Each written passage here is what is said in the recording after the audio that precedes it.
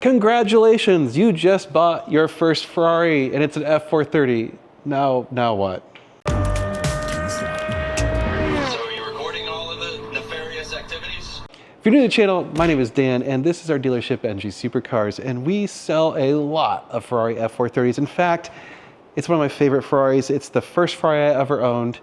Not this particular one, but I love the 430s, and I'm assuming you do too, and that's probably why you're watching this video, because we wanted to make a video that is for all of you that are buying a Ferrari 430 or have already bought a Ferrari F430 and you just want to learn more about the car. And this is kind of inspired because we get a lot of people asking us questions after they buy the cars or during consultations and things like that, in which they ask us questions, and it's a lot of the same questions over and over. So some of what we're going to go over is going to be really basic stuff that you probably already know. Some of it you may not know, but if nothing else, we just wanted to make a good introduction to the Ferrari F430 for those of you that have bought this car. Hopefully we've sent you a link to this if you bought a car from us.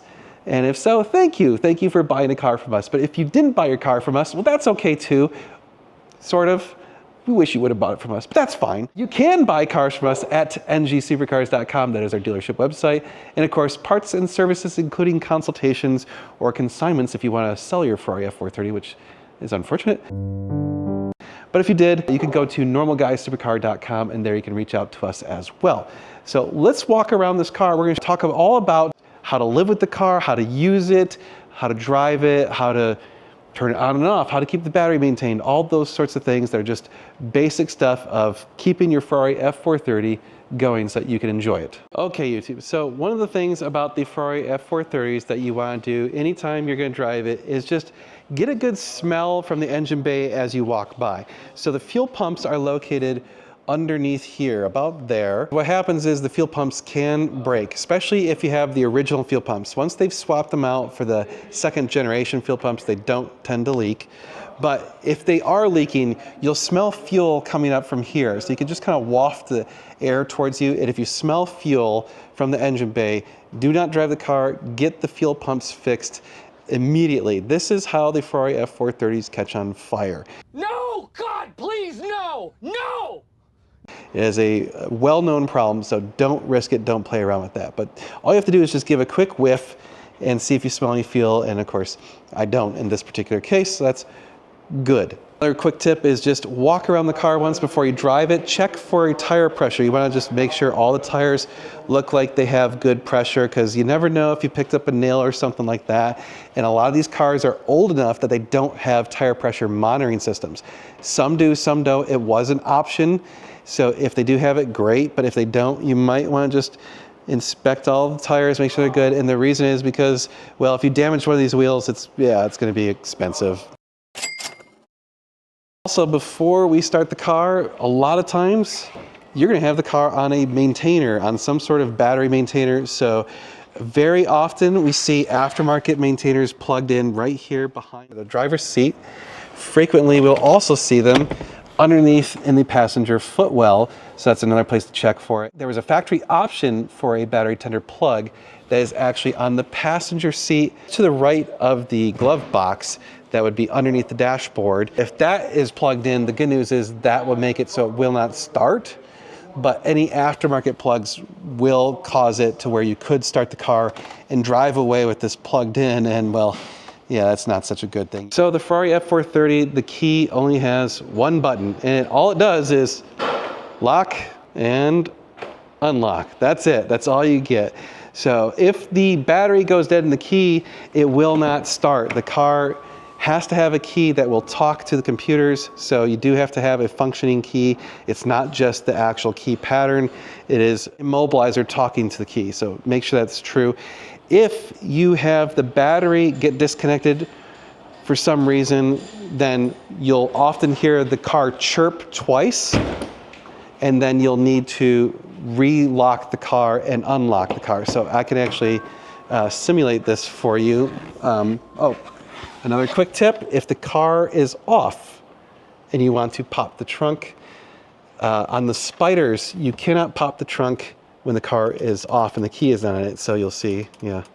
But if I put the key in, then it will allow me to pop the trunk. that's on the Spiders. On the coupes, generally you could open it, but sometimes they were wired differently or something. I don't know. It's a weird thing. You'll also notice the car's beeping at me, and we'll talk about that in a minute. But if for some reason you don't have battery power, or if the battery is disconnected or something like that, or you just don't want to get your key, maybe you forgot it, there is a switch right here. See this little T handle? You can pull that, and that will also release the trunk. So we're just gonna flop the switch for the battery disconnect. So if for some reason you have to disconnect the battery, you can do so right here. There's a switch, you just pull that out, and now the battery is disconnected.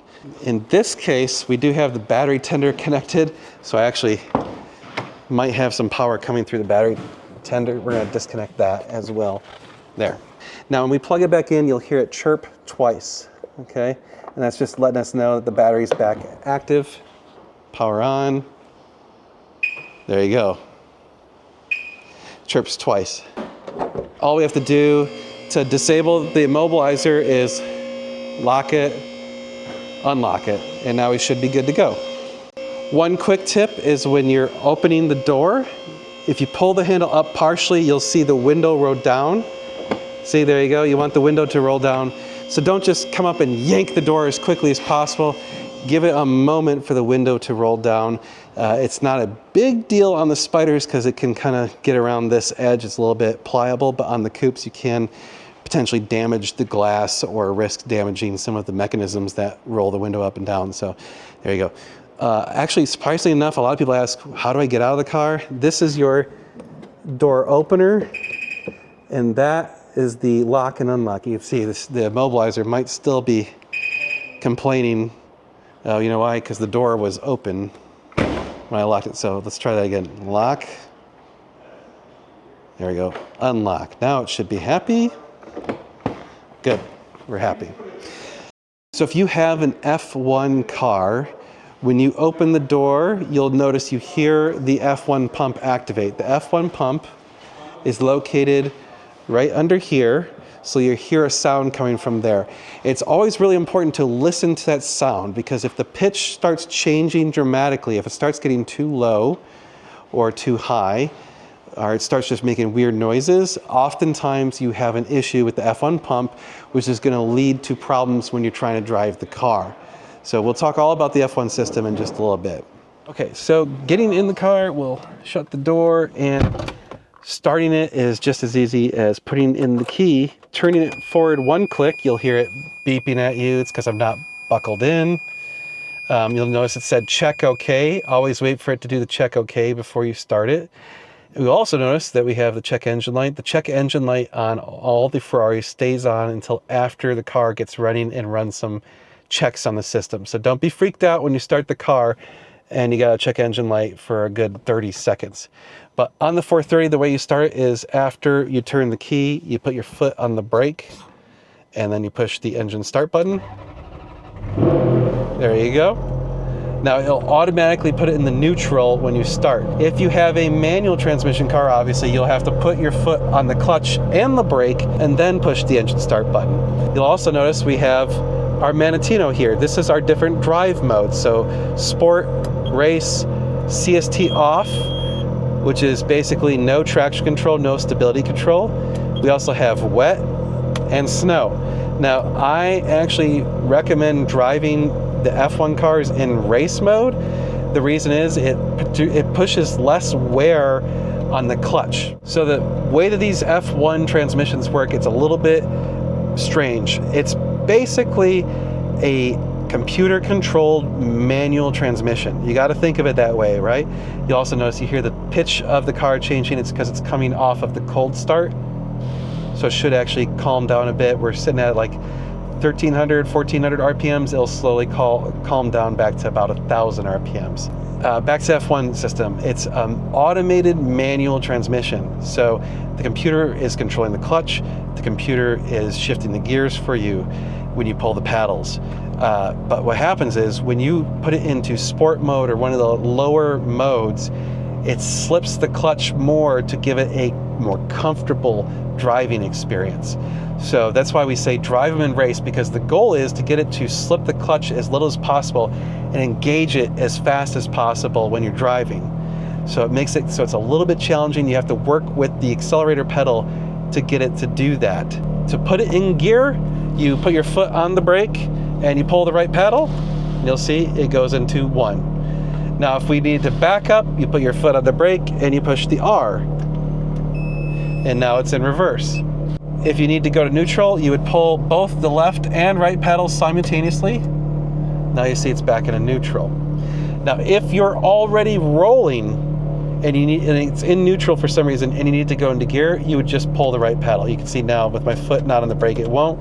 But if you're already rolling, you, I believe, can do it without putting your foot on the brake, and it'll go back into gear. You may experience where if something goes wrong, it drops into neutral while you're driving. That is not uncommon when the F1 starts to have issues. It's often associated with a light that will come on the dash in this area right here. It looks like it's a red light with the back half of a car with the, almost looks like the trunk is open. It's a very weird icon. Doesn't really make sense. I'm actually gonna turn off the car since we're sitting here. Now you noticed it's beeping at me and I just turned it off. And that is because it's in neutral. So again, this is effectively a manual transmission car. So it actually wants you to turn it off in gear so that it won't roll. So I'm gonna start it up and I'll show you. So it beeped at me. Oh, and you also saw the F1 light briefly. So, okay, I'm gonna start it. Okay. And notice it's holding pretty good oil pressure, 70. It takes a long time for the oil temperature to come up. You actually don't want to go above 4,000 RPMs until the oil temperature reaches like 165. So I usually wait till it gets like to about the second or third mark off of the bottom. That's the temperature we care about, the oil, not the coolant. I'm gonna put it in first, and now I'm gonna turn it off and you'll see it won't beep. See, totally quiet.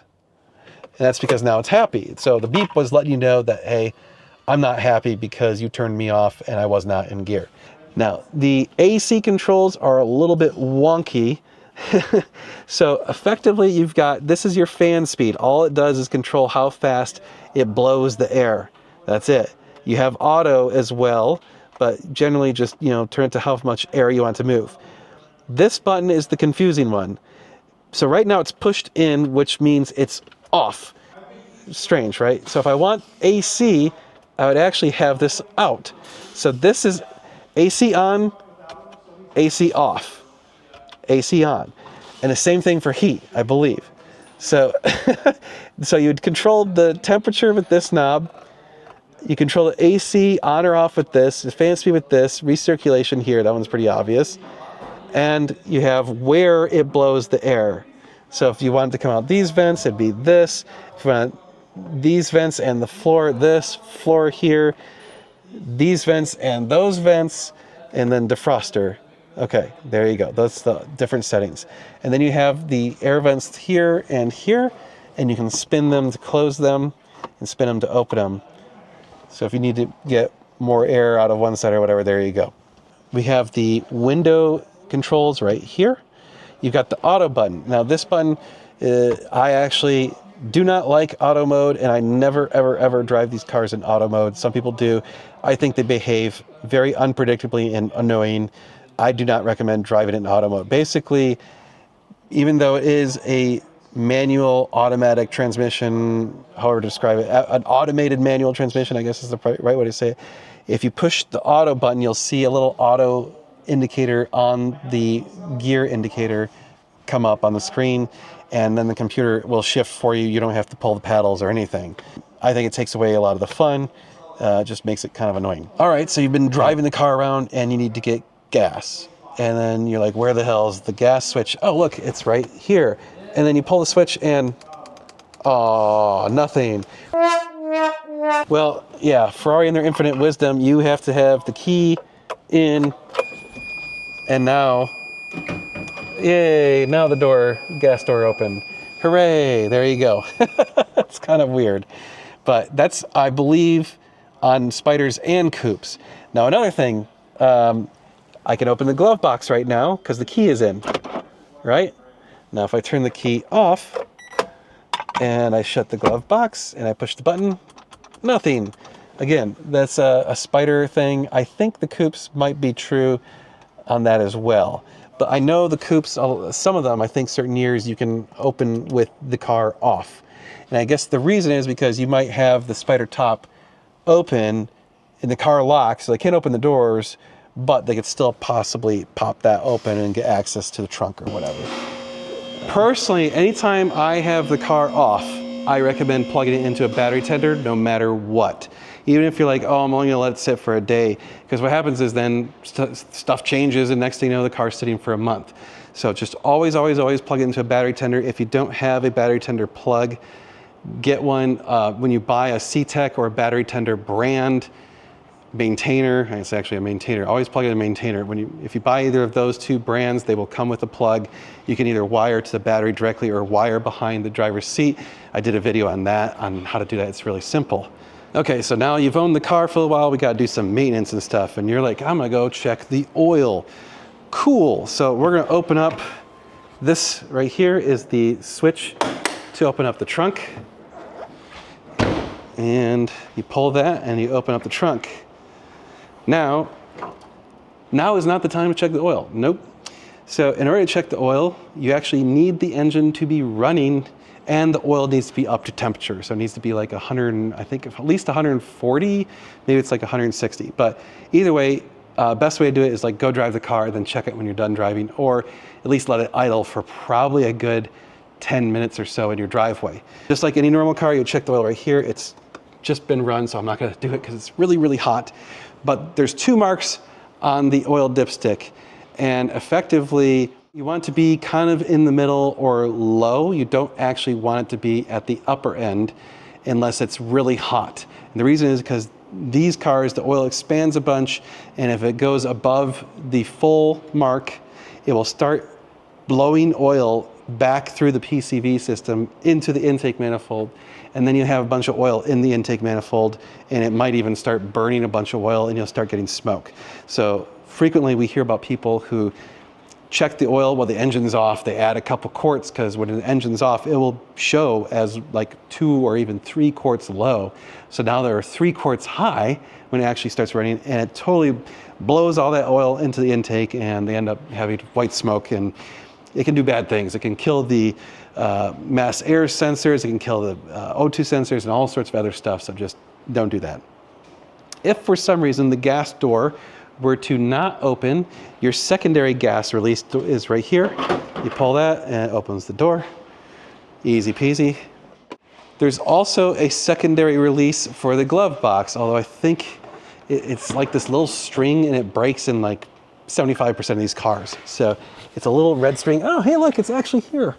Right here, there is the secondary release, and you pull it. Hey, there you go.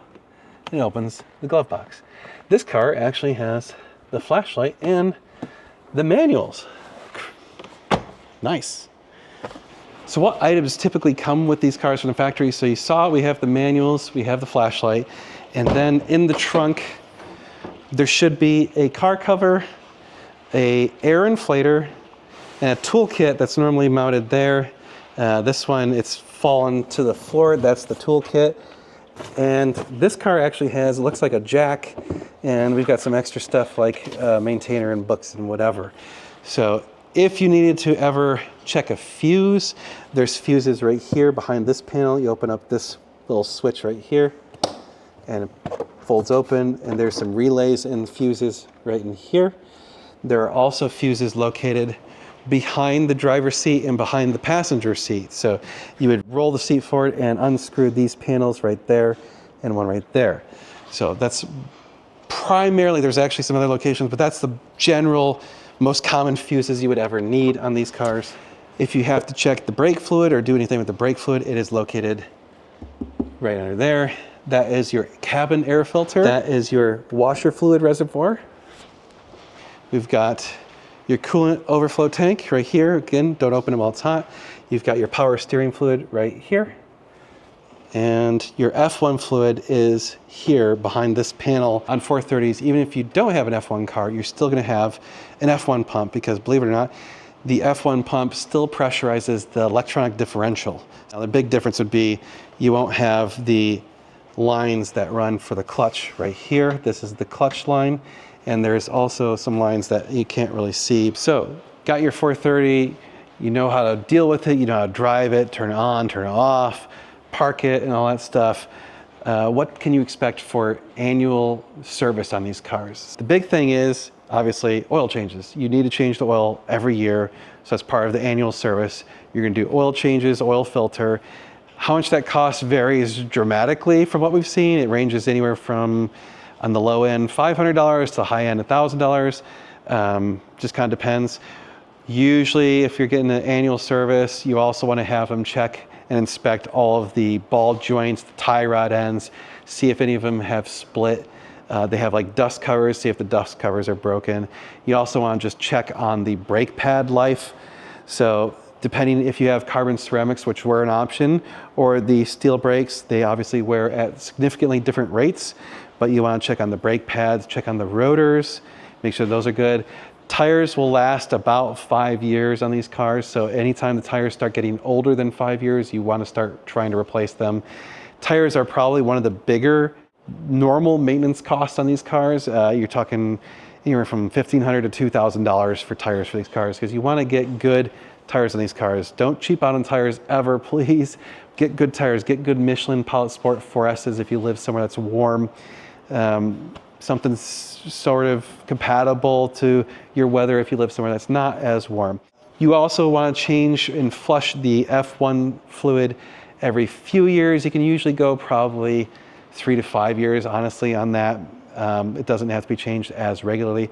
However, when they're doing an annual service, you also might have them check on the PIS setting. So that stands for point of initial slip.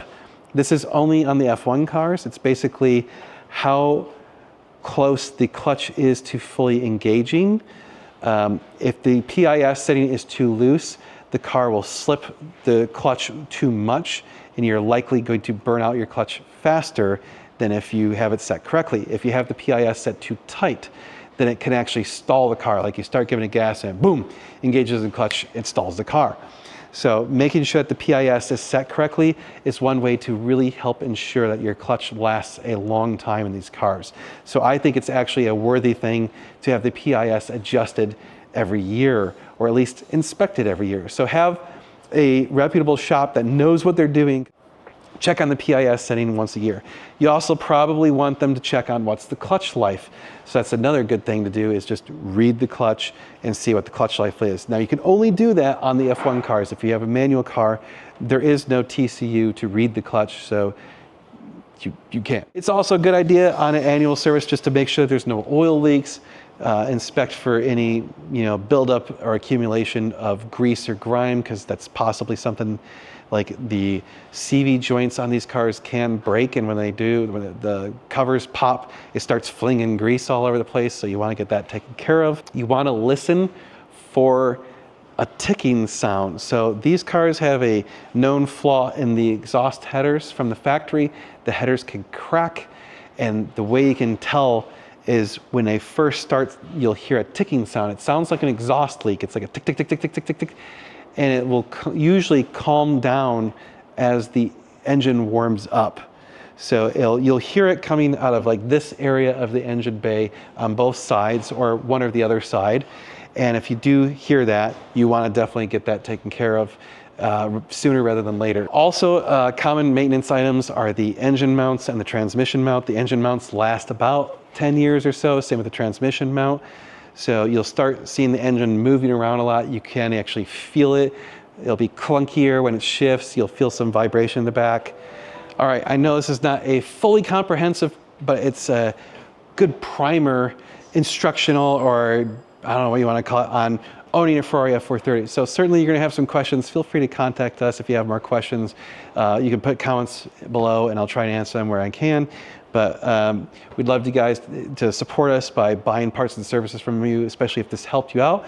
You can buy t-shirts, you can buy services, convert your car to a manual, whatever. But We love just helping out people, and really just the Ferrari community has been amazing. We're so pleased that we are a part of it, and we want to continue to help you guys out wherever we can. So if you got ideas for other videos, or if you want to see us talk about other things about these cars that you feel like would help you, feel free to also send those to us. So that's it for this one. You guys are amazing. We'll see you in the next one. We're going to be doing a lot of cool car stuff. You're going to want to stay tuned. It's going to be sweet.